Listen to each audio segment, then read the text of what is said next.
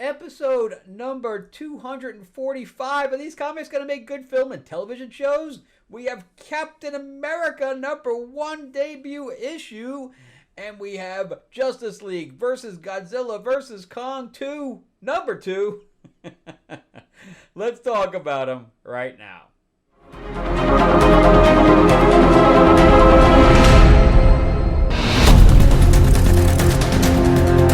Welcome back to the channel, everyone. Thank you so much for spending time with me as we rant about movies, comic books, and television shows, as well as the occasional board game. I'm your host, Frank Zanca. I'm an award-winning screenwriter, novelist, and comic book writer, as well as a filmmaker. And yeah, we're going to jump right into Captain America. This is issue #1 by Chip Zdarsky, who is just coming off his very, very poor run of Batman.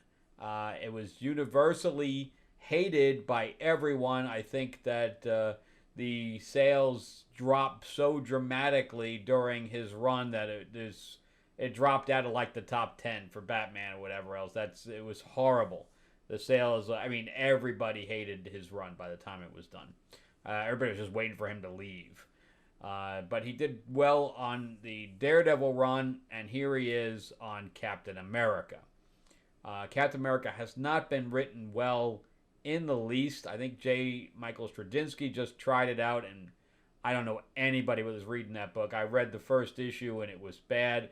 And then the two guys that write everything, I think, wrote it before that, and it was horrible. I don't think Captain America has been written well for many, many, many, many, many years, probably decades at this point.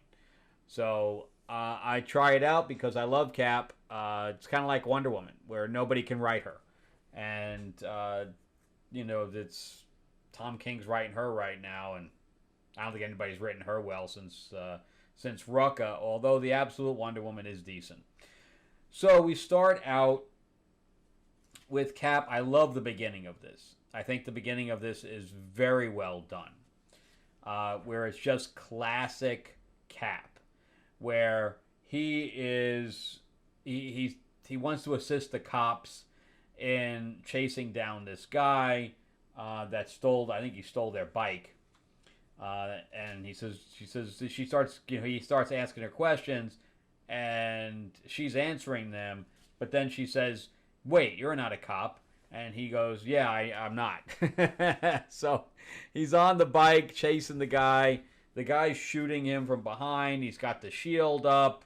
Really just classic Cap stuff. We see him kind of do a jump while gearing up to throw the shield. He throws the shield at the bike, taking the guy down.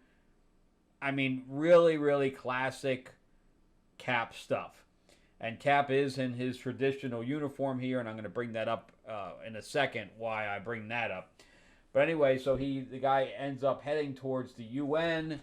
Everybody's got guns on him. He's going to reveal that he has like a suicide bomber, and Cap just walks casually up to him and says, "What rank are you? I notice a fellow countryman when I see one," and he was like a lieutenant something.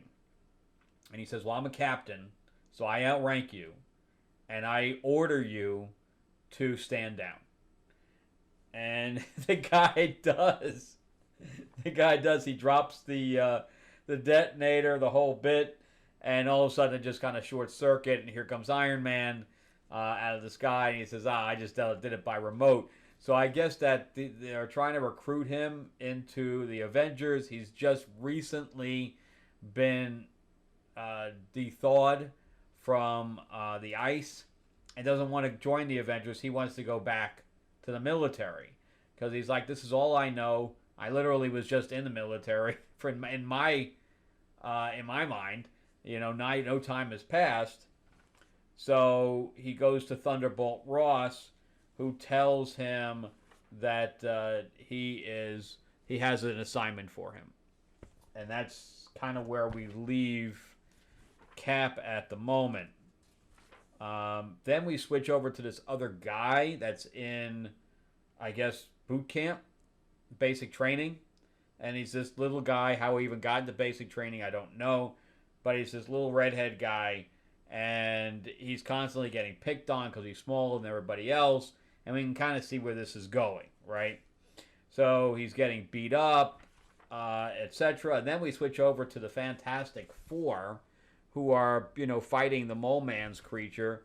And then Cap just kind of said, "Is this the guy you're fighting?" And just has Mole Man there in his grip. And then he starts talking to Reed, and Reed, somebody recognizes him while they're having lunch or whatever else, and he changes his face. He says, "Nah, you must be mistaken." I thought that was pretty funny. But anyway, they start talking about Cap, and that Reed's dad looked up to him back in the day, and he has a little action figure of him, and it's basically they're saying, whatever you're gonna do, I'm sure you're gonna make the right decision, but you were loved and revered, etc. So all that. Then we switch back to the redheaded guy, and even his sergeant is beating the shit out of him, and then he goes to see him in the hospital and says, "What if I could take that asthma away?" So obviously they're gearing up to give him another guy the serum.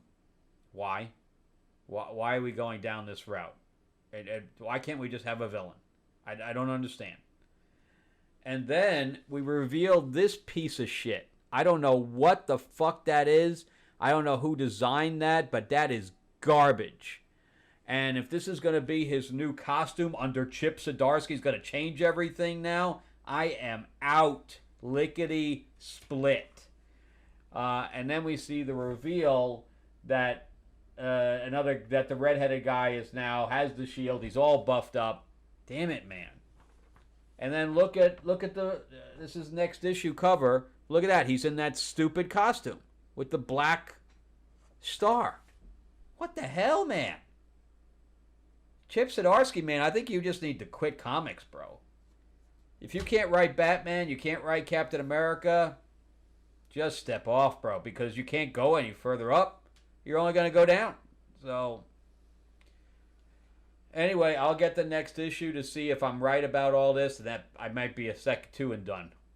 Because, why couldn't he just do everything like the beginning? I mean, he obviously understood the character, and this tells me by the end he wants to change him. You know what I say to writers that want to change the characters that they're on? Go fuck yourself. Incredible. So before we get into Justice League versus Godzilla versus Kong, remember too that I am a writer myself, and if you'd like to read anything that I've written, you can go to Amazon.com and just type my name in, or there's a link in the description below. Also check out my 4-novel sci-fi series, Destiny Aurora, and I do have them in Kindle, they're in print. It was made into a board game, it was made into an RPG, it was made into a graphic novel, 150-page graphic novel. It's just a fun little story. It's also on Audible, so definitely check that out. I also have my fantasy novel, Tales of Ravenor, The Iron Witch, and the new comic that we're releasing, Fairy Tales of Terror, where we have Cinderella and Captain Hook just killing people in New York City, and we have them being tracked by Tiger Lily from Neverland. It's going to be awesome. It is now on Kickstarter, just in pre-launch mode, so you can just sign up and get notified about when we launch. We have over 350 people now following it, and it's only been less than 2 weeks. And I think this is going to be an amazing thing. So definitely jump in on that, and I'm sure that I'll get to 400 before I launch. It's going to be great. Anyway, you can go to QR code here, or the link in the description below. All right, so let's jump into Godzilla and Justice League and Kong by Brian Busolito. He is the same writer who wrote the first one. The first one is completely cheesy, but I kind of like what he did, because you have to have some kind of an imagination to take all these characters and try to stick everything together and not make it overly silly. And I don't think it's overly silly. I think it's campy, but it's not overly cheesy. So we have in the last issue, so now we have to go back from what we did in the last issue or last series, and we have Waller afraid that the Titans are going to come back. The monsters basically didn't come back. So she is trying to get Task Force X to, I guess, enlarge to be able to fight them. So we had, in the last issue, we had King Shark, who was fighting Godzilla. And Godzilla won, and he reduced back to normal. Meanwhile, the Justice League goes to Skull Island, and they're about to talk to Kong, thinking that he's going to be on their side again, but he doesn't recognize them. Especially Supergirl's a little hurt by this.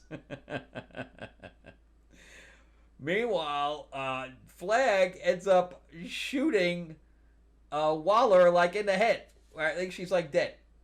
And that's where we kind of start with the new issue, where Lex confronts him going, what'd you just do? You just killed him. He's like, yeah, you want to be next?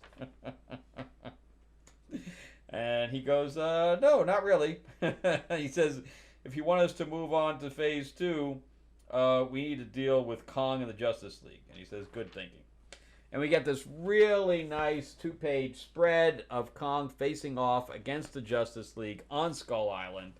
And all of a sudden, he bypasses them, and he's fighting another Titan. Because on the cover, I thought this was Godzilla, but it's not. It's actually an enlarged Killer Croc. I think he looks great. I think the design work on it is good. So anyway, they're fighting continuously, and they try to jump in and try to help him, but it's no good. But then Kong gets the upper hand and starts just squashing Killer Croc.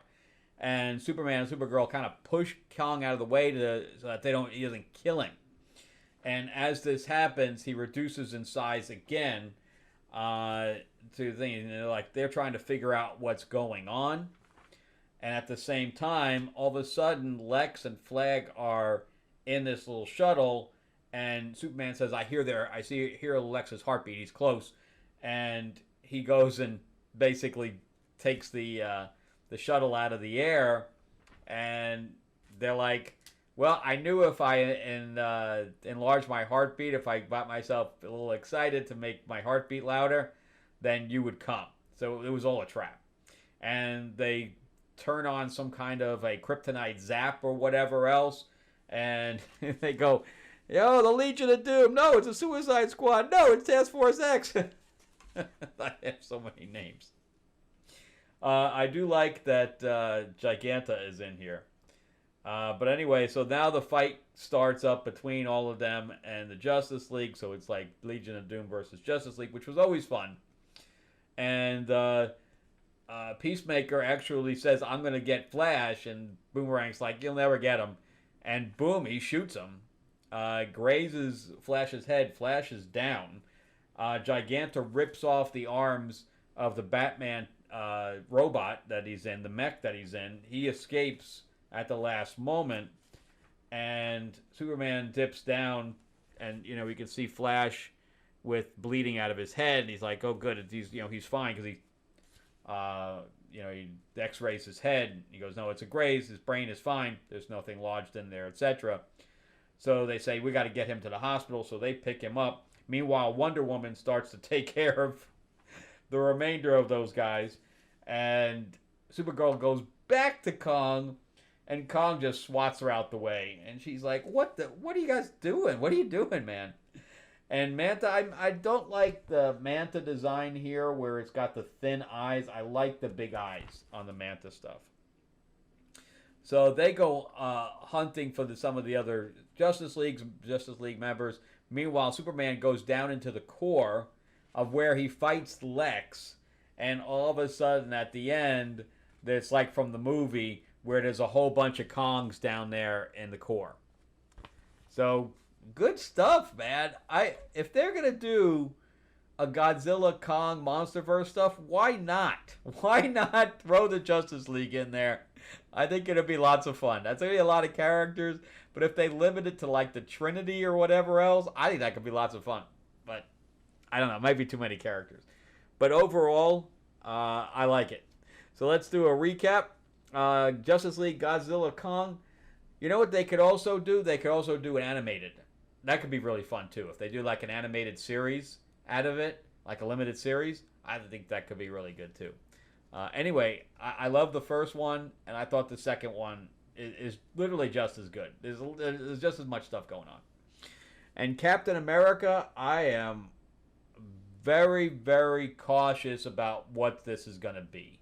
I do not have high hopes for this, especially after I see that the reveal page and what the next cover is going to be. And I might be leaping off this really, really fast. I'm hoping that I am wrong across the board, but I don't think I am. But maybe I am. This is one of those times when I really just hope I'm wrong. All right, well, that's it for me. Thank you guys so much for watching. I greatly appreciate it. Remember to give me that like, give me that thumbs up if you can. If you can't subscribe, please do. Ring that bell, ding, ding. Share this video out there so people who aren't collecting comics see what's going on in the comic space. And yeah, also check out my interview. I'll put a little link up there to my interview with Fatal J. I think that came out real nice. Also, remember too that you can check out my stuff on Amazon, and definitely jump into Fairy Tales of Terror on Kickstarter right now on the pre-launch page. And yeah, let's get to 400 people, man. It's gonna be great. Check out the QR code, or there's a link in the description below. I'll see you guys on the next episode. Have an awesome week, and I'm recording this on July 4th, so I hope everybody had a good July 4th weekend. Everybody.